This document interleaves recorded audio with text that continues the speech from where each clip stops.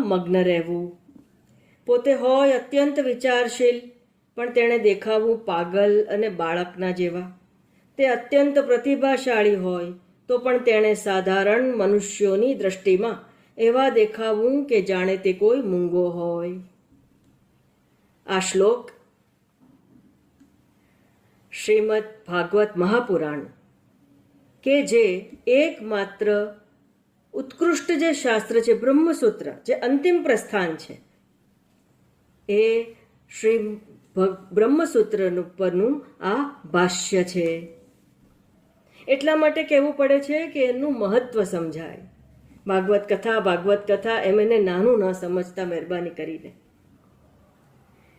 એમાં સાધક માટે, મુમુક્ષુ માટે, ચિત્ત શુદ્ધિ માટેની વાત તો કરી જ છે, પણ આટલું પૂરતું નથી. જે યતિ છે